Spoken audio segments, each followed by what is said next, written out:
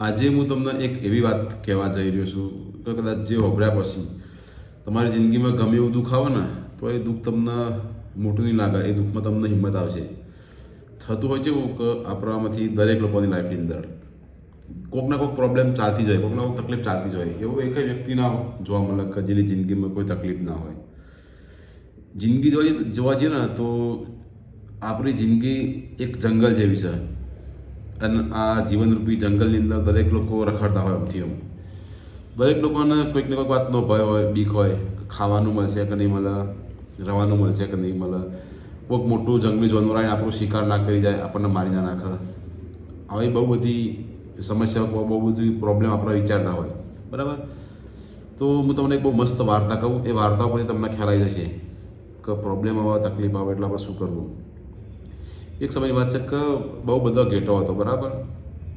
બહુ બધા ઘેટો કહીએ કે ખાલી વાર્તાથી લેજો કે બહુ બધી બકરીઓ હતી, એ જંગલમાં ચરવા જઈ હતી. એમાંથી એક બકરી એવી હતી કે જેને અલગ અલગ વૃક્ષ કે અલગ અલગ પેલું હોય ને ઘાસચારો એ ખાવાની ટેવ હતી. એટલે અલગ અલગ વૃક્ષ જે તે નવો નવો અખતરો કરે અને બકરીને ખ્યાલ ના રહ્યો, એક નવા નવા ઝાડવા જોવામાં દૂર જતી રહી. દૂર જતી એટલે વોચ પડી જાય, અંધારું પડી ગયું. એટલે એને ખ્યાલ ના આવ્યો કે હું દૂર આવતી રહી. જોઈ ત્યાં તો એ એકલી, આજુબાજુ કોઈ નહીં. વોચ પડી, અંધારું પડવાથી એટલે એને લાગી દૂર આવે. બરાબર? એટલે વિચાર કરવા માંડી, ખારું હવે મારું શું થશે, કોઈ મને મારી નાખે, કોઈ જંગલી વરુ, કોઈ ઝરખ, કોઈ વાઘ હોય, કોઈ સિંહ આવીને મારો શિકાર ના કરી જાય.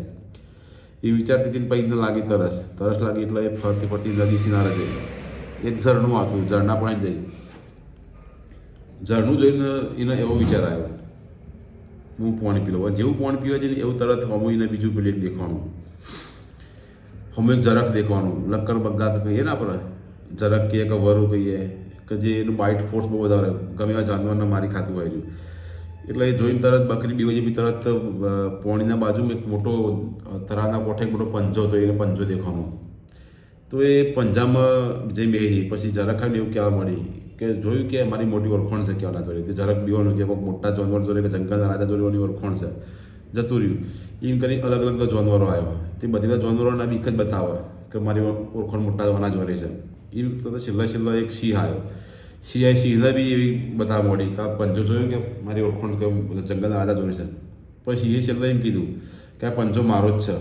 પછી સિંહે છેલ્લે એને વરદાન આપ્યું કે તને મારા પંજા પર એટલો વિશ્વાસ છે, તો જા આજથી હું તને અભયદાન પ્રદાન કરું છું. આજથી તને જંગલમાં કોઈ નહીં કરતા, મન ફાવે એમ ફર. એમ આપણને આપણી રીતે આપણા જીવનમાં ભગવાન, માતાજી, આપણા ઇષ્ટદેવ, ગુરુદેવ પાસે શ્રદ્ધા હોવી જોઈએ. એમના શરણ નથી જવા, તમને કદી કોઈના જિંદગીમાં બીવાશો નહીં. બરાબર? જય માતાજી.